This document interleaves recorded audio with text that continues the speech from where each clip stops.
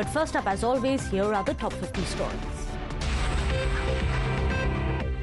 Israel doubled up the number of strikes across the Gaza Strip.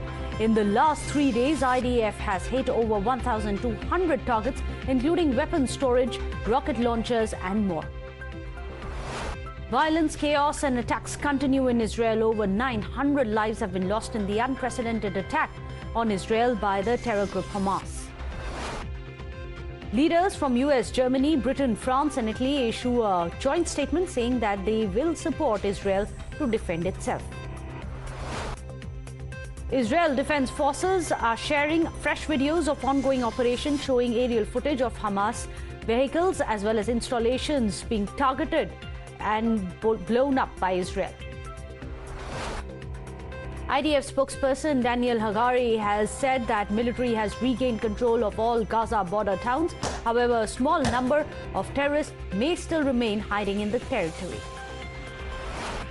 United States Representative McCarthy, while addressing the attack on Israel, affirms that now is the time for action. Several Israelis in Ethiopia returned home to be with their families and friends after violence broke out due to the Israel-Palestine conflict. Israeli nationals, while speaking to Times Now, praised Prime Minister Modi's solidarity with Israel. They further termed the Hamas group as monsters.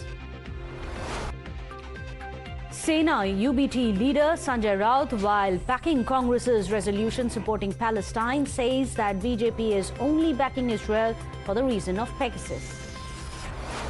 Congress's Rizwan Arshad, while backing the CWC resolution supporting Palestinians, asserted that Israel must stop the illegal occupation of land belonging to Palestine.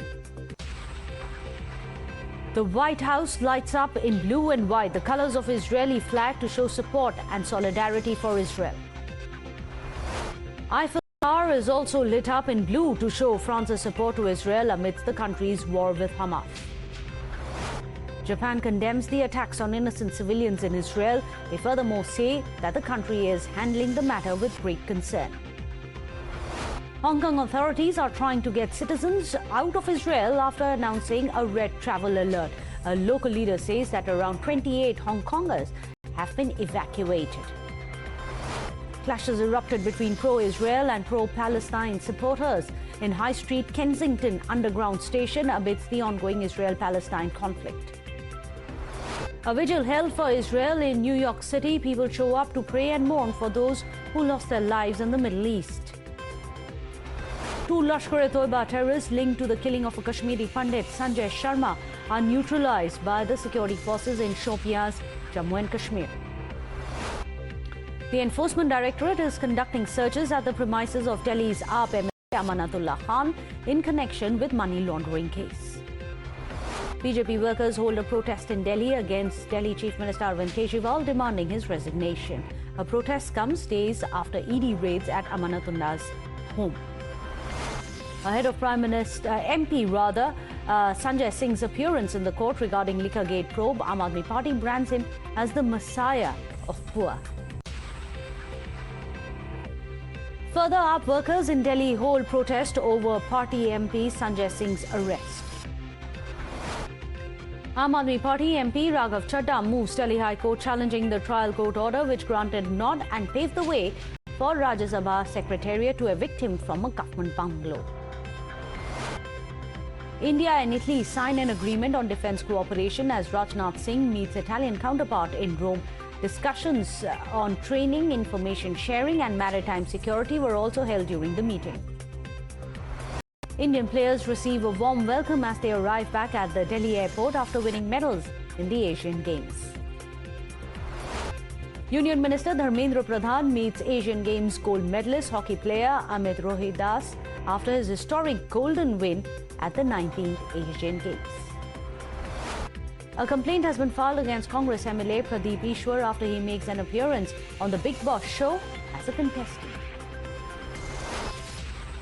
BJP General Secretary Dushyant Gautam calls out injustice to Karnataka citizens and says MLAs have been elected to work are enjoying luxury and entertainment.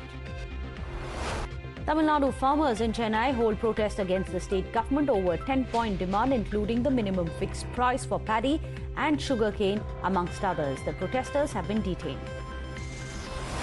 Telugu Desam Party General Secretary Nara Lokesh arrives at an SIT office in Amravati to join in the investigation into the inner ring case.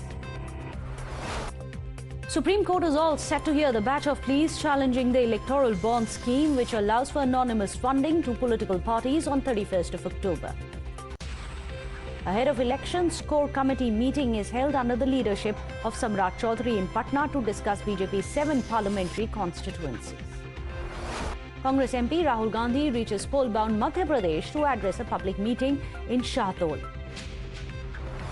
11 people are dead and 12 have been injured in an explosion in a wire factory godown in Tamil Nadu. The owner and manager of the godown have been arrested.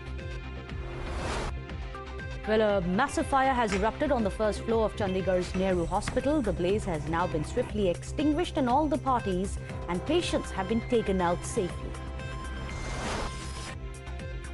Well, the higher reaches of Lahaul and Spiti district in Himachal Pradesh receive fresh snowfall. In these visuals, you can see that. Sonmarg Zorjila Road have been closed after the upper reaches of Zorjila in central Kashmir receive a fresh snowfall. IMD issues a yellow alert in Bengaluru after heavy downpour leads to waterlogging in several cases of the city. Well, a turban of 3 kgs has been made on the theme of Ram Temple, Chandrayaan 3 and Prime Minister Modi for the upcoming Navratri celebrations in Gandhinagar.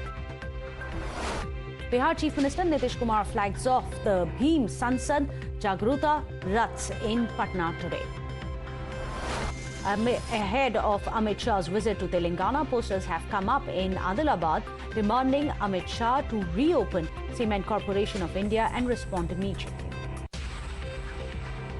Tanzanian President Samia Suluhu Hassan has been confirmed with an honorary doctorate degree at Jawaharlal Nehru Stadium.